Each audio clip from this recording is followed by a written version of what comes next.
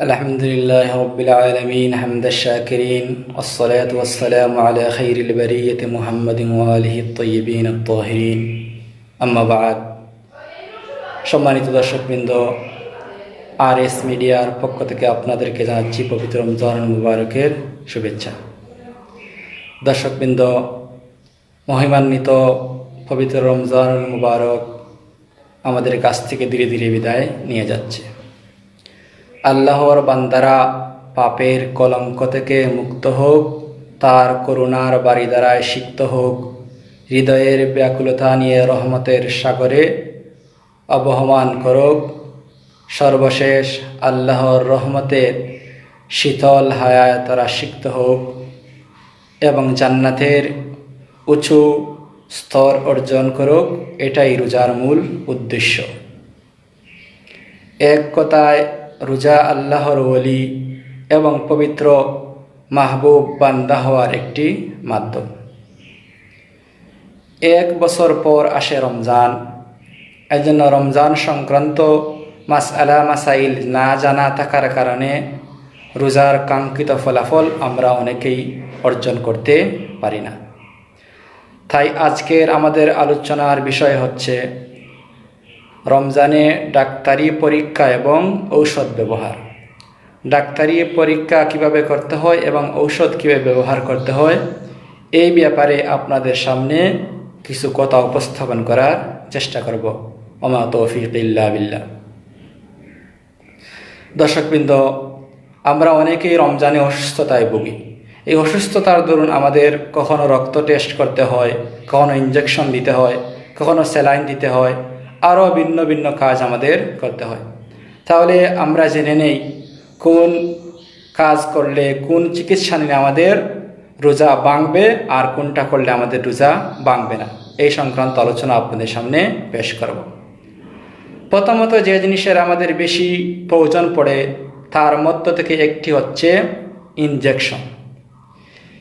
Injection দ্বারা যে সমস্ত বস্তু শরীরে প্রবেশ করানো হয় তা সাধারণত রোগের মাধ্যমে হৃদপিণ্ড, মস্তিষ্ক অথবা পাকস্থলীতে পৌঁছানো হয়। এমন একটি রাস্তার মাধ্যমে অতিক্রম করা হয় যা তার প্রকৃত রাস্তা। ফুকাহায়ে কেরাম ফিকহের কিতাবের মধ্যে বিভিন্ন উদাহরণের মাধ্যমে একথা দৃষ্টান্তর দ্বারা প্রমাণ করিয়েছেন যে ইনজেকশন যে সমস্ত রাস্তা দিয়ে প্রবেশ করে এটা রোজা ভাঙ্গার প্রকৃত কোনো রাস্তা নয়। এজন্য ফুকাহায়ে কেরাম বলেছেন ইনজেকশন শিরায় দেওয়া হোক অথবা গুস্তে দেওয়া হোক অথবা হাড্ডিতে দেওয়া হোক, যে কোনো জায়গার মাধ্যমে ইনজেকশন দেওয়া হলে এই ইনজেকশনের দ্বারা রোজা কখনো ভাঙবে না। কেউ কেউ বলেছেন অতি প্রয়োজন ছাড়া দিনের বেলা ইনজেকশন গ্রহণ না করে রাতেই ইনজেকশন ব্যবহার করা অত্যন্ত উত্তম। আর যদি কোনো ব্যক্তি রমজানে দুর্বল হওয়ার কারণে তার দুর্বলতাকে দূর করার জন্য ইনজেকশন দেয়, তাহলে সেটা মাকরু হবে, কিন্তু রোজা ফাসেদ হবে না। এজন্য অপর উল্লিখিত আলোচনা থেকে আমরা বুঝতে পারলাম যে রমজান অবস্থায় শিরায় অথবা গুস্তে অথবা হাড্ডিতে যদি আমরা ইনজেকশন দেই তাহলে আমাদের রোজা কি হবে না, ভঙ্গ হবে না। এজন্য আমরা ইনজেকশনকে রোজা ভঙ্গের কারণ মনে করব না। দর্শকবৃন্দ, দ্বিতীয়ত যে বস্তুটি আমরা আলোচনা করব সেটি হচ্ছে আমাদের বর্তমান সমাজের মধ্যে খুব বেশি প্রচলন রয়েছে যে শ্বাসকষ্ট রোগীর সংখ্যা আমাদের দেশে খুবই অধিক। এখন যারা আমরা শ্বাসকষ্টে ভুগছি আমরা অনেকেই ইনহেলার ব্যবহার করি। ছোট শিশু থেকে নিয়ে যুবক, বৃদ্ধ সব বয়সের লোকদেরকে চিকিৎসকগণ ইনহেলার দিয়ে থাকেন। এই ইনহেলার ব্যবহার করলে আমাদের রোজা ভঙ্গ হবে কিনা, এই ব্যাপারে শরীয়তের দৃষ্টিভঙ্গি কি তা এখন আমরা জেনে নেব ইনশাল্লাহ। দর্শকবৃন্দ, ইনহেলার কি? ইনহেলার হচ্ছে শ্বাসকষ্ট দূর করার জন্য তরল জাতীয় একটি ঔষধ স্প্রে করা হয় মুখের ভিতর দিয়ে। মুখের ভিতর দিয়ে গলায় প্রবেশ করা হয়, যা দ্বারা যে স্থানে শ্বাস আটকে গেছে সেটাকে প্রশস্ত করে দেয়। এটার নাম হচ্ছে ইনহেলার। ইনহেলার যদি আমরা শরীরের কোথাও মারি তাহলে দেখব যে এটা একটা পানির মতো কি হয়ে যায়, ভিজে যায়। তাহলে এই ইনহেলারটা একটা পানীয় দ্রব্যর মতো হয়ে যায়।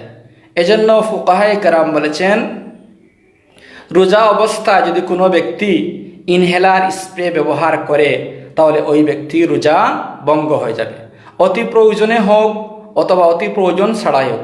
কেননা অতি প্রয়োজনে যেভাবে খাবার খেলে পান করলে রোজা ভঙ্গ হয়ে যায়, এইভাবে অতি প্রয়োজনে ইনহেলার ব্যবহার করলে রোজা ভঙ্গ হয়ে যাবে। হ্যাঁ, ফুকাহায়ে কেরাম একটি অবস্থা বর্ণনা করেছেন যে ইনহেলার ব্যবহার করলে রোজা ভাঙবে না। সেটা হচ্ছে যদি একজন ব্যক্তি মুখের ভিতরে ঔষধ স্প্রে করার পর এই ডুব মুখ দিয়ে না গিলে তুতুর দ্বারা ফেলে দেয়, তাহলে এই অবস্থায় রোজা তার ভঙ্গ হবে না। কিন্তু চিকিৎসকদের সাথে পরামর্শ করে জানা গেল যে এই অবস্থায়ও মুখের ভিতরে যাওয়ার সম্ভাবনা রয়েছে। এই জন্য সতর্কতাবশত রোজা অবস্থায় ইনহেলার ব্যবহার না করাই উত্তম। ওই ইনহেলার ব্যবহার করলে রোজা ভেঙে যাবে। অভিজ্ঞ চিকিৎসকদের সাথে আমরা আলোচনা করে যেটা বুঝতে পেরেছি, চিকিৎসকরা আমাদেরকে বলেছেন যে যে ব্যক্তি সেহরির সময় এক ডুব ইনহেলার গ্রহণ করবে আবার ইফতারের সময় গ্রহণ করবে, ওই ব্যক্তির দিনের মধ্যে আর ইনহেলার ব্যবহার করার প্রয়োজন পড়বে না সাধারণত। হ্যাঁ, যদি কোনো রোগীর অবস্থা এমন মারাত্মক হয় যে তার দিনে ইনহেলার ব্যবহার না করলে হবে না, তাহলে ওই ব্যক্তির জন্য তো মুমূর্ষু অবস্থায় রোজাকে কাজা করা কি আছে, বৈধ আছে, সেটা হচ্ছে ভিন্ন কথা। তাহলে আমরা বুঝতে পারলাম যে ইনহেলারের দ্বারা কি হয়ে যায়, রোজা ভঙ্গ হয়ে যায়। সেটা প্রয়োজনে হোক অথবা প্রয়োজন ছাড়াই হোক, এটা ব্যবহার করলে রোজা ভঙ্গ হয়ে যাবে। এজন্য ইনহেলার ব্যবহার না করাই উত্তম। হ্যাঁ, যদি প্রয়োজন হয় তাহলে আমরা সাহরির পর খেয়ে ফেলবো আর ইফতারের পর আমরা খেয়ে ফেলবো, তাহলে আমাদের দিনে এটা ব্যবহার না করার প্রয়োজন পড়বে। তৃতীয় যে বিষয়টি আমরা আলোচনা করব সেটা হচ্ছে এনজিওগ্রাম। এনজিওগ্রাম কি? হার্ট ব্লক হয়ে গেলে উরুর গুড়া দিয়ে কেটে বিশেষ রোগের ভিতর দিয়ে হার্ট পর্যন্ত যে কেটাতার ঢুকিয়ে পরীক্ষা করা হয়, এ যন্ত্রটি কোনো ধরনের ঔষধ লাগানো থাকে তবুও রোজা ভাঙবে না, কারণ ক্যাথেটারটি রোজা ভঙ্গ হওয়ার কোনো খালি জায়গায় প্রবেশ করে না। অর্থাৎ ফুকাহায়ে কেরাম বলেছেন যে এনজিওগ্রাম করতে হলে উরুর মধ্যে দিয়ে যে রোগ কেটে হার্ট পর্যন্ত যেটা ঢুকানো হয়, এটা রোজা ভঙ্গ হওয়ার কোনো রাস্তা নয়। এজন্য রোজা অবস্থায় এনজিওগ্রাম করলে আমাদের রোজা কি হবে না, ভঙ্গ হবে না। চতুর্থ বিষয় হচ্ছে আমাদের যেটা বহুল প্রচলিত একটি বিষয়, সেটি হচ্ছে এন্ডোস্কোপি। আমাদের যাদের গ্যাস্ট্রিক আলসারের সমস্যা রয়েছে, আমরা গ্যাস্ট্রোলিভারের ডাক্তারের কাছে গেলেই তারা আমাদেরকে এন্ডোস্কোপির কি দেয়, পরামর্শ দেয়। এখন আমরা শরীয়তের দৃষ্টিভঙ্গি জেনে নেই যে এন্ডোস্কোপি করলে কি আমাদের রোজা ভঙ্গ হবে কি না। চিকন একটি পাইপের যার মাথায় বাল্ব জাতীয় একটি বস্তু থাকে, পাইপটি পাকস্থলীতে ঢুকানো হয় এবং বাইরে থাকা মনিটরের মাধ্যমে রোগীর পেটের অবস্থা নির্ণয় করা হয়। এ নলে বা বাল্বে যদি কোনো ধরনের ঔষধ লাগানো না থাকে তবে রোজা ভাঙবে না। আর যদি ঔষধ ব্যবহার করা হয় অথবা পরীক্ষার প্রয়োজনে পাইপের ভিতর দিয়ে পানি ঢুকানো হয়, তাহলে ওই ব্যক্তি রোজা ভেঙে যাবে। তাহলে আমরা বুঝতে পারলাম যে আমরা যে এন্ডোস্কোপি করি, যে পাইপটা ছোটো পাইপ আমাদের মুখের ভিতর দিয়ে পাকস্থলীতে যেটা দেওয়া হয়, যদি ওই পাইপের ভিতরে কোনো পানি লাগানো থাকে অথবা যাতে সহজে আমাদের গলার ভিতর দিয়ে ঢুকে যায়, এজন্য যদি স্প্রে বা তরল অন্য কোনো পানি জাতীয় ঔষধ ব্যবহার করা হয়, তাহলে আমাদের রোজা ভঙ্গ হয়ে যাবে। কেননা এটা মুখ দিয়ে প্রবেশ করেছে, যা রোজা ভঙ্গের একটি কারণ হতে পারে। আর যদি ওই পাইপের মধ্যে কোনো ধরনের মেডিসিন অথবা পানি এই জাতীয় কোনো বস্তু যদি প্রবেশ করানো না হয়, তাহলে এই ধরনের এন্ডোস্কোপির দ্বারা রোজা ভঙ্গ হবে না। কিন্তু আমরা চিকিৎসকদের সাথে পরামর্শ করে যেটা জানতে পারছি সেটা হচ্ছে যে অধিকাংশ সময়ই এই পাইপটাকে ভিতরে প্রবেশ করানোর জন্য মেডিসিন দেওয়ার প্রয়োজন পড়ে। এজন্য এন্ডোস্কোপি করলে বেশিরভাগ রোজা ভঙ্গ হওয়ার সম্ভাবনা রয়েছে। এজন্য আমরা এটা জেনে থাকবো, যদি এন্ডোস্কোপি করার সময় পাইপের মধ্যে কোনো ধরনের পানি অথবা স্প্রে বা ঔষধ ব্যবহার করা হয় তাহলে রোজা ভেঙে যাবে। আর যদি শুধুমাত্র পাইপ মুখের ভিতর দিয়ে ঢুকানো হয়, কোনো ঔষধ অথবা স্প্রে ব্যবহার করা না হয়, তাহলে সেটা রোজা আমাদের ভঙ্গ হবে না। 5 নম্বর একটি বিষয় হচ্ছে, সেটা হচ্ছে নাইট্রোগ্লিসারিন। নাইট্রোগ্লিসারিন কি? চিকিৎসকগণ বলেছেন এটি এরোসল জাতীয় ঔষধ, যা হার্টের রোগীর জন্য 2 থেকে 3 ফুটা জিহ্বার নিচ দিয়ে মুখ বন্ধ করে রাখা হয়। ঔষধটি শিরার মাধ্যমে রক্তের সাথে মিশে যায় এবং এর কিছু অংশ গলায় প্রবেশ করার প্রবল আশঙ্কা থাকে। অতএব এতে রোজা ভেঙে যাবে। হ্যাঁ, ঔষধটি মুখে নেওয়ার পর যদি ডুক না গিলে তা তুতু ফেলে দেয় তাহলে রোজা ভাঙবে না। তাহলে আমরা বুঝবো যে নাইট্রোগ্লিসারিন যে ঔষধ রয়েছে এটা হার্টের রোগীগণ ব্যবহার করে। তারা এই ঔষধটি মুখের ভিতরে জিহ্বার নিচে 2-3 সেকেন্ড রেখে দেয়, আর ওই ঔষধের মেডিসিনটা রোগের সাথে গিয়ে মিশে যায় রক্তের সাথে। এখন এটা যদি মুখের ভিতরে প্রবেশ করে যায় তাহলে রোজা ভেঙে যাবে। আর যদি নাইট্রোগ্লিসারিন ব্যবহার করার দরুন আমি তার যে শিরার দ্বারা যেটা রক্তে মিশে যাবে, আমি যেটা এই ডুক না গিলে তুতু ফেলে দেই তাহলে আমার রোজা ভঙ্গ হবে না। এখন চিকিৎসকগণ বলেছেন যে রোজা ভঙ্গ হওয়া বা না হওয়া এটার কারণ হচ্ছে, যদি আমি সাথে সাথে তুতু ফেলে দেই তাহলে রোজা ভঙ্গ হবে না, আর যদি নাইট্রোগ্লিসারিন ব্যবহার করে আমি এটা মুখ দিয়ে গিলে ফেলি তাহলে এটা আমার রোজা কি হয়ে যাবে? ভঙ্গ হয়ে যাবে।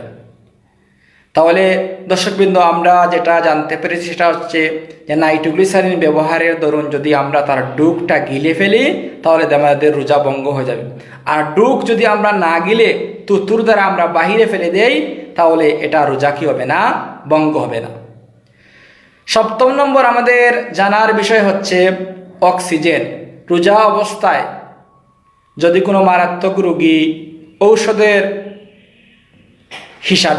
হিসাবে যদি অক্সিজেন ব্যবহার করে তাহলে রোজা ভেঙে যাবে, আর যদি ঔষধ ছাড়া ব্যবহার করে তাহলে রোজা ভঙ্গ হবে না।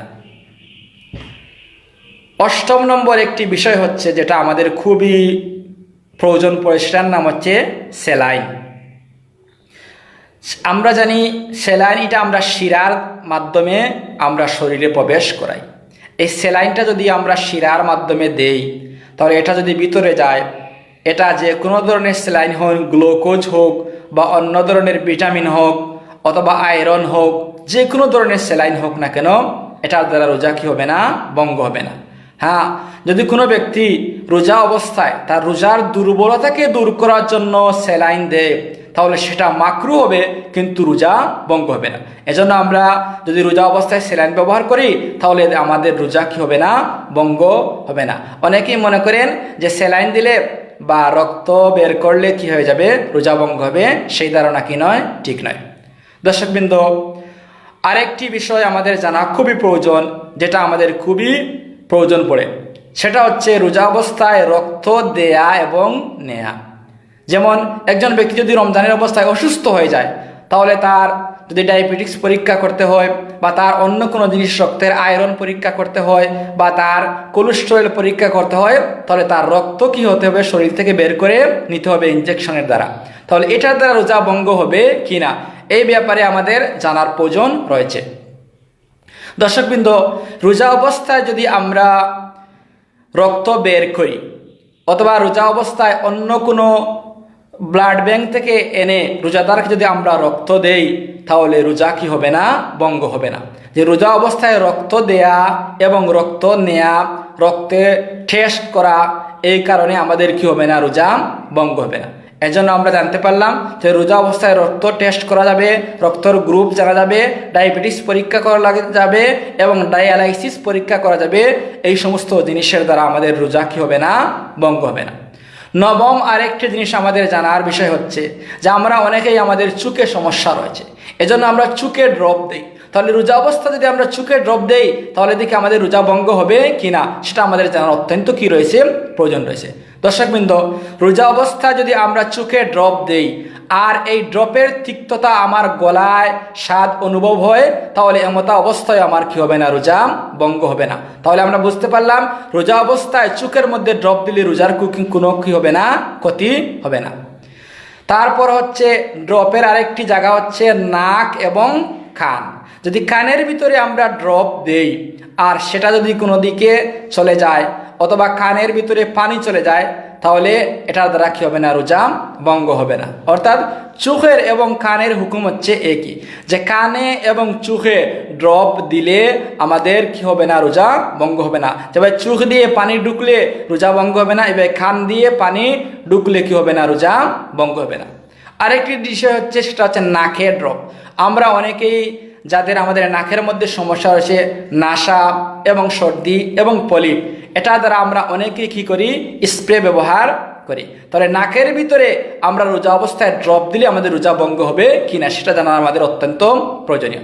দর্শকবৃন্দ, রোজা অবস্থা যদি আমরা নাকের ভিতরে স্প্রে দেই অথবা নাকের ভিতরে আমরা ড্রপ দেই অথবা নাকের ভিতরে পানি প্রবেশ করে ইচ্ছাকৃত বা অনিচ্ছাকৃত, তাহলে এমত অবস্থায় আমাদের কি হয়ে যাবে, রোজা ভঙ্গ হয়ে যাবে।